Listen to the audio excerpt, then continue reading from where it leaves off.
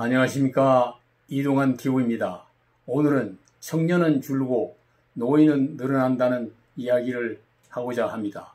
구독 꼭 눌러주시기 바랍니다. 세계무역기구 WTO는 최근 발간한 2019년 무역보고서에서 오는 2040년 한국의 노동인구는 2018년보다 17% 감소할 것으로 전망했습니다. 이는 전 세계의 노동인구가 17% 증가할 것으로 보는 것과는 거꾸로 가는 예측입니다. 국회 입법조사처에 따르면 한국의 노동인구는 지난해 3,765만 명을 정점으로 계속 줄어들고 있다고 합니다. 특히 산업 현장의 주 노동력이 되는 비숙련 노동인구가 이 기간에 51%나 감소할 것으로 내다봤습니다. 젊은 인구는 줄어드는데 교육열은 높아지고 교육기간이 길어지면서 감소율을 더 높이고 있습니다. 중국과 일본은 각각 14%, 러시아는 8%, 유럽연합은 4%로 감소하여 한국보다 노동인구 감소율이 낮았습니다. 해외 노동력이 계속 유입되는 미국은 노동인구가 40% 정도 늘어났습니다. 2018년 그리고 2020년까지 전 세계 평균 국내 총생산 성장률은 80%이지만 한국은 65%로 전망이 됩니다. 이 같은 현상은 노동인구의 감소로 인한 결과인 것입니다.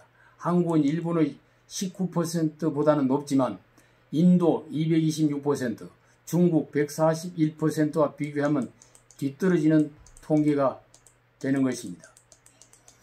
WTO는 한국의 노동인구 감소는 고용률이나 인구 증가율에도 부정적인 영향을 미칠 것으로 분석했습니다. 노동인구가 줄면 재정부담은 늘고 경제활력은 저하되어 국가의 잠재적 성장력이 하락되게 되는 것입니다. 출산율을 높이고 근로자의 생산성을 높이는 방안을 강구하는 것이 시급한 현재의 과제가 되고 있습니다. 한국은 저출산 현상으로 노동의 질도 낮아지고 있습니다. 일할 사람은 줄고 연금 수령자는 늘어나고 납세자가 감소하고 의료복지 비용만 늘어나고 있는 실정입니다. 생산 연령 인구가 감소하고 노령 인구가 늘어나고 젊은 세대의 부양 부담이 계속 증가하고 있는 실정입니다. 통계청은 생산 연령 인구 100명당 부양 인구인 총 부양수가 2017년은 36.7명, 2038년은 70명을 넘고 2056년에는 100명을 넘을 것으로 예상하고 있습니다. 2056년에는 근로자 1명이 고령 인구 1명 이상의 생계를 책임져야 한다는 계산입니다.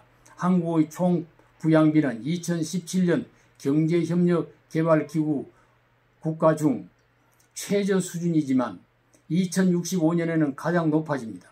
국회 예산정책처는 생산 연령 인구 감소가 2020년부터 경제 성장률의 하락 요인으로 작용할 것으로 분석하고 있습니다.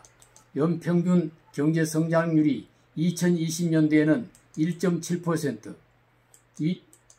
2030년대는 1.1% 수준으로 떨어질 것으로 내다봤습니다. 한국고용정보원이 내놓은 한국의 지방 소멸 보고서에서도 보면 전국 시군구 중 40%가 가량은 소멸 위험 지역으로 분류하고 있습니다. 30년 뒤에는 소멸 위험 도시가 사라질 수 있으며 국가 경쟁력도 동시에 하락할 것으로 전망하게 되는 것입니다. 영국의 이코노미스트 EU는 인구 구조 변화로 2050년이 되면 한국의 국내 총생산이 세계 10위권 밖으로 밀려날 가능성이 있다고 예측했습니다. 정부는 2006년부터 지금까지 저출산 문제 해결을 위하여 152조의 거액을 쏟아부었지만 아무런 효과가 없습니다. 인구 절벽을 해결하기 위해서는 교육과 취업 등 사회 전반의 구조를 개선해 나가는 것이 대단히 중요한 현실적 과제가 되고 있는 것입니다. 이민청을 세워서 해외 우수 인력을 유치해야 한다는 주장도 있습니다. 인구 문제를 해결하기 위해 종합적인 분석과 다양하고 효과적인 대책을 강구해야 합니다. 이 일을 해서 돈을 벌어 가족을 먹여 살려야 하는 젊은이들의 수는 점점 줄어들고 노동력을 상실한 노인의 수는 계속 늘어난다면 그 사회가 어떻게 될지는 누구나 다 짐작할 수 있는 일입니다. 저출산 고령화 사회의 벽이 닥쳐오기 전에 정부와 국민이 심각하게 고민하고 이에 대한 대책을 세우고 실행해 나가야 할 것입니다. 감사합니다.